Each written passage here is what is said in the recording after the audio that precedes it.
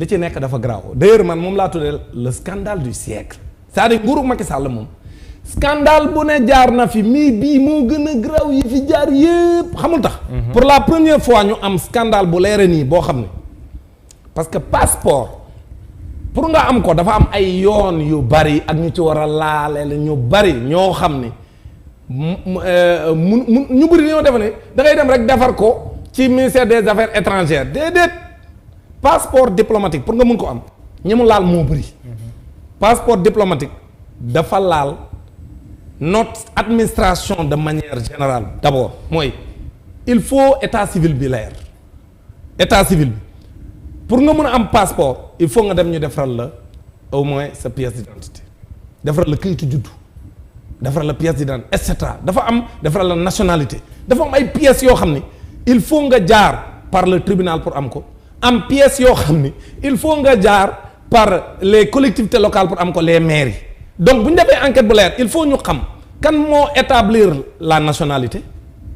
kan moo ko établir ba mu koy établir la nationalité sur quel papier parce que mënu tëb defal la nationalité on te demande des pièces yoo xam da ngay dem mairie ñu defaral la ko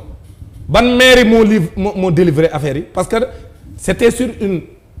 c'était une production de plusieurs passeports diplomatiques parce que dañoo dem ba kenn ku ci nekk ci ñoom ñin jiñagul ñu ne au moins gis nañ nga def une trentaine de fois mariage ba noppi divorce maanaam da ngay dem gis sa nit pour wutal koy këyit rapidement ngeen marié wu nga defal ko passeport bi après bu jamee ba yegg di comment ba passeport bi génn nga divorcé dem marié waate keneen ku ci nekk di def loolu muy donc lu extraordinaire muy fruit moom dañ ko organiser au sommet de l'État te ñu xam ne passeport diplomatique kenn mënu ko am te président de la République joxewul xalaatam moom mooy valider c'est la diplomatie du Sénégal qui est en jeu loolu moo tax passeport dañ koy jox koo xam daf ko war a am ak ñaam si ay élargissement la yoo xam si président de la République moom moo am sañ-sañ boobu moom moo am le pouvoir discrétionnaire léegi nag moom président de la République donc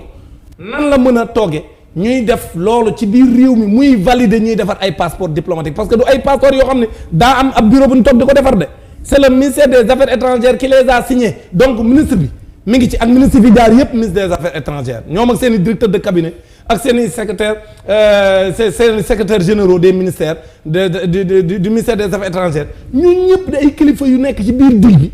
muy deal boo xam ne ay député lañ ci tudd muy l'Assemblée nationale tudd ci l'exécutif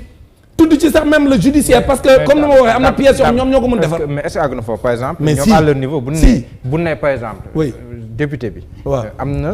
droit am passeport diplomatique. soxnaam tamit naka noonu. waaw ndax ñoom bu ñu ñëwee jébbal leen kayit yi di firndeel nag. kii député la. waaw kii soxnaam la. waaw est-ce que bu ñu amee kayit yooyu rek ñoom nekkul ci kayit yooyu la ñuy sukkandiku. d'accord kon ñoom est-ce que mënuñu leen juumloo.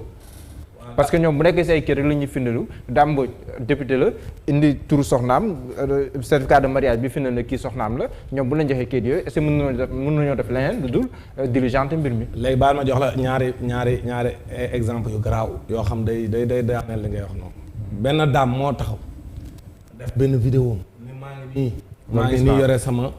passeport diplomatique ci ñaari fan lañ ma ko defaral pour bëgg ma xëcc ci ñoom te déw ma te ñu ngi nii defaral nañ ma loolu leer. gis naa loolu. waaw loolu leer daam bi dégg nga ñëwoo ko est-ce que ñu mënoon koo woo bu ñu ko woo musiba am de ndaxte bu ñu ko woowee day wax ko def la daam bi moo taxaw wax ko ci réew mu normal d'accord nga dañ ko war a woo wala waruñu koo woo.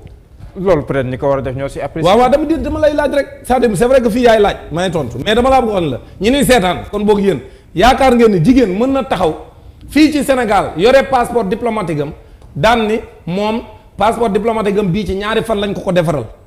te léegi moom dañoo bëgg mu ñëw ci ñoom waa APR te moom demul waa gëm ngeen ne loolu waru ñoo woo ndaw si wax loolu te nee na moom amu ci droit mais ñoom ñoo ko def moom lu leer la wax. beneen bi mooy gis ngeen fi ni un journal de la place titré na fi ni am na un couple homosexuel boo xam si kenn ki député la. mariage contre nature. mariage contre nature maanaam ñaari góor yu sëy ça veut dire quoi maa ngi koy wax sax sànq ànd sama jikko yi ci biir plateforme di leen ñun dañoo war a dajale kuréel yi pour mobiliser sénégalais yi pour ñu wax ñu ndax Sénégal daa commencé di def ay mariage contre nature sunu maire yi dañoo commencé kon di joxe ay certificat de mariage ak góor jigéen mais loolu su amee lu extraordinaire la te am na parce que loolu lu ñu fi yoon daganal ba fii de mais waaw mais moom laa lay wax léegi xam nga loolu lu ñu war a gëstu la man nee naa ci biir plateforme bi ñun war nañoo def suñuy gëstu certificat de mariage parce que nga def dérogation mais da nga war a toog. déggoo li ma la wax demal na ñaari góor yu nu may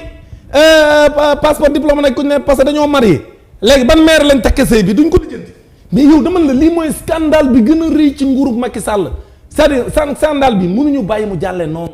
fii dañoo war a leeral lépp parce que képp ku fi def lu mel nii mérité too jiite ñun Sénégalais yi man damaa jàpp ne nguurug président Macky Sall naru la àgg 2024 parce que nag lii bu yaakaaree ni dañuy bàyyi noonu mu sedd man de j'ai dit à tous ceux qui sont dans la société civile que lii bu ñu ko bàyyee mu sedd jëruñ sax ñu fi wax ay 2024. yow ndax mbir mi ni nga koy doxalee si wàllum yoon dal na sa xel. li ñuy doxalee lan. enquête beeg. mais dara jaaru ci yoon dama lay expliquer xam nga. parce que ñaari député yi ba léegi nii. ñoom mais kenn inquiété wu leen dara dama la Macky Sall nguuram képp ku ànd ak moom loo mën a def dara du la ci fekk. loolu lañ gëm ñoom député yooyu maanaam fi mu toll nii xoolal Moustapha Niasse ak déclaration irresponsable am boobu mu def naan ay non ñun jotaguñ benn document bu ñuy permettre. absolument ñu lever le parce que dañ leen war a saisir. waaw mais non loolu ay wax la ministre de la justice. dama ne la war a saisir. dama ne la loolu ay wax la loolu ay wax la gis nga dama lay wax nit ñi dañ koy fàtte mais nga ci événement mars yi avant ñu leen saisir ñoom assemblée nationale waajaloon nañ pour lever immunité parlementaire gis nga fi ñu toll nii ci logique boobu la ñu waroon nekk pour que ñu mën a respecter sénégalais yi comme ni ñu doon def ci ñeneen Diouf mu ne li ñu def ci événement mars yi cela ne se justifie pas mooy maanaam teguñu ko woon ci waaw non waaw mais non doucement rek loolu effectivement seetaan naa ko ñu ni ñoom li ñu def dara jaaru ci yoon ci affaire Ousmane Sonko bi li ñu doon pataxee doomu jàmbur loolu dara jaaru ci yoon xam nga ñoo waxal seen bopp waaw wax ne lii wax dëgg yàlla alhamdulilah parce que ñun bañ ko fi wax nii dañ doon wedd naan noo da ngeen a far alors que ñun mos ñoo far dañoo wax rek nii lañ def ci seen parax fii laa taxaw fii bët set ñu invité ma fi ma ne leen parax ji ma gis ci dossier Ousmane Sonko bi mosuma koo gis Sénégal même bu Khalifa Sall bii moo gënoon a extraordinaire mais non ma ne lii c'est grave léegi nag ñoom wax léegi lu ñuy xaar ci bii am nañ dossier bu gën a grave xaar ñu saisir la non léegi kan moo war a saisir juge d'instruction moo war a saisir ministre de la justice waaw léegi lan lañuy xaar pour ministre de la justice saisir leen voilà léegi lan lañuy xaar pour def loolu lan la ñuy xaar pour def loolu ñoom justice lan la ñuy xaar pour bind le garde des Sceaux pour garde des Sceaux bind le président de l'Assemblée nationale pour ñu convoquer une session extraordinaire pour lever l'immunité parlementaire. mais xam nga fi mu toll nii enquête préliminaire la. waaw non attends non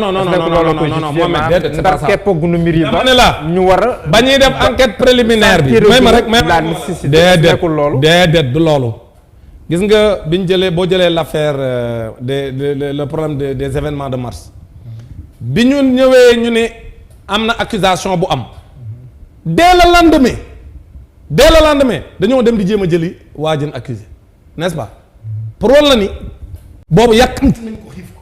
waa léegi lu tax fii duñ gaaw dem jëli ñee te kooku di député comme ñii dañoo gaaw dem jëli ko alors que y avait pas de flagrance alors que fii on parle même de situation de flagrant délit parce que y a des pièces à conviction xam nga lu ma lay xamal kumba am ndey kumba amul ndey mu am Sénégal. kon da nga jàpp ne ñaari député yooyu wala boog député yu ñu siy tudd bu ñu moytuwul France daal di xëdeen. France daal di xëdeen ñun duñ ko nangu ñun askan wi xam président Macky Sall lu mu xamul mooy ce sera au cœur de toutes les élections qui vont se dérouler au Sénégal c'est-à-dire gis nga élection janvier l'enjeu de l'élection c'est que dafa bëgg a def lu ko neex jaay doole député du leen woo du leen teg ci yoon.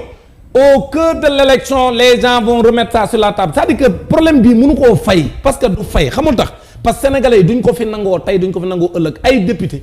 yoo xam ne ñun ñoo wàccoo ak ñoom di leen fay suñuy salaire suñu xaalis ñun du xaalisu Macky Sall suñuy taxe suñuy impôt di leen ci fay ay salaire yu duun jox leen suñuy oto ñuy dem di def ay fraude ànd ak ay nit ñu nekk ci biir nguuru président Macky Sall maanaam ñu ne du mujj fen loolu kenn du ko fi nangoo day koy leeral ci nii wala ci naa parce que nag gis nga Mohamed dafa jot sunu réew mi léegi bu ñuy demati élection ñu teg certaines problématiques sur la table pour que képp koo xam ne yow da ngaa nar a jiite réew mi nga wax ñu ci lu leer la question par exemple de l'homosexualité la question par exemple temps yi gis nga li xew ci avortement médicalisé bi ak ni ñuy defee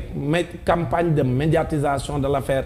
ku ci nekk di def plaidoyer ñu dem sax gis une certaine presse ñu leen di defal ay spot publicitaire ku ne naan man sama nijaay daa yàgg ci man ñuy def seen yëfu tappale pour bëgg ñu imposer ñu légaliser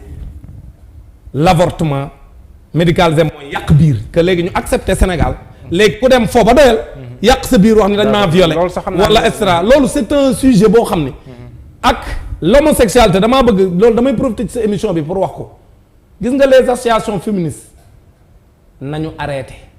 nous les avons dans notre collimateur nous ànd sàmm jikko yi on n'acceptera pas nga président Macky Sall man j'aurais bien aimé sax président Macky Sall jéem a aventuré wu di jéem a légaliser l'avortement médicalisé bis bu ko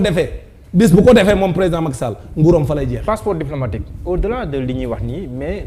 pour yow yan incidence la mën a am wala yan conséquences ci image réew mi ci xar kanamu réew mi parce que mbirum passeport diplomatique la coow li jug na ambassade yi ñu ngi fii nii réew yëpp am nañ fi ay ndaw ñu leen fi teewal ñu ngi xool presse ñu ngi xool lépp kon loolu ban conséquence la mën a am ci réewum Sénégal. mais rawatina bu nekkee ne leeral bi xaw naa taggateem. mais leeral bi comme conséquences yi commencé na parce que soo xoolee Marine Le Pen li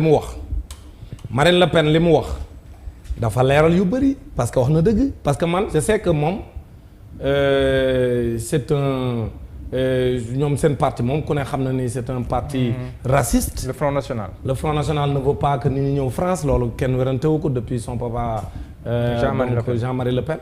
mais. li mu wax daf ci am luy dëgg quand même que c'est des bandits à col blanc c'est-à-dire que ñoo xam ne mooy li ma doon wax sànq ñu nekk fii suñuy ministre